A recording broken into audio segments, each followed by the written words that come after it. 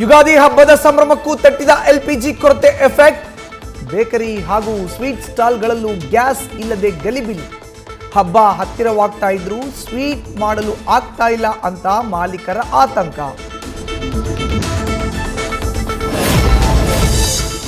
ಬಡವರ ಬಂಧು ಇಂದಿರಾ ಕ್ಯಾಂಟೀನ್ಗೂ ಸಿಲಿಂಡರ್ ಸಂಕಷ್ಟ. ತಿಂಡಿ ಊಟ ತಯಾರಿಕೆಗೂ ಕಷ್ಟ. ಬೆಳ್ಳಂ ಬೆಳಗ್ಗೆ ತಿಂಡಿ ರೆಡಿ, ಮಧ್ಯಾಹ್ನ ರಾತ್ರಿ ಊಟ ಗ್ಯಾರಂಟಿ ಇಲ್ಲ ಅಂತ ಇರೋ ಸಿಬ್ಬಂದಿ.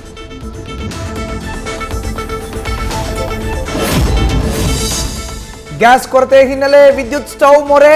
ವಾಣಿಜ್ಯ ಉದ್ಯಮಿಗಳಿಗೂ ಎಲೆಕ್ಟ್ರಿಕ್ ಸ್ಟವ್ ಬಳಕೆ.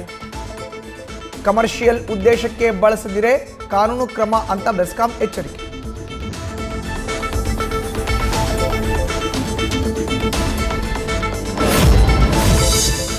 ಎಲ್ಪಿಜಿ ಸಿಗದಿರೋ ಕಾರಣ ಉಡುಪಿ ಜಿಲ್ಲೆಯ ಬಹುತೇಕ ಹೋಟೆಲ್ಗಳು ಕ್ಲೋಸ್. ಕೃಷ್ಣ ಭಕ್ತರಿಗೆ 3 ಹೊತ್ತು ಅನ್ನ ಪ್ರಸಾದಕ್ಕೆ ಇಲ್ಲ ಅಡಚಣೆ.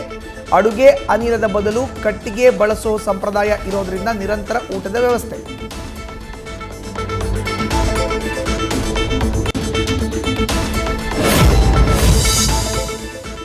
ಇರಾನ್ನ ವಿರುದ್ಧ ಕಾರ್ಯಾಚರಣೆಯಲ್ಲಿ ಅಮೆರಿಕದ ಮಿಲಿಟರಿ ವಿಮಾನ ಪತನ. ಇರಾಕ್ನಲ್ಲಿ ಇಂಧನ ತುಂಬಿಸಲು ಬಳಸ್ತಾ ಇದ್ದಂತ KC-135 ಅಪಘಾತ. 5 ಸಾವನ್ನಪ್ಪಿದ ಶಂಕೆ. ಇದು ಅಪಘಾತವೋ ಇರಾನ್ ಹೊಡೆದುರುಳಿಸಿದ್ದ ಅನ್ನೋ ಚರ್ಚೆ ಶುರು.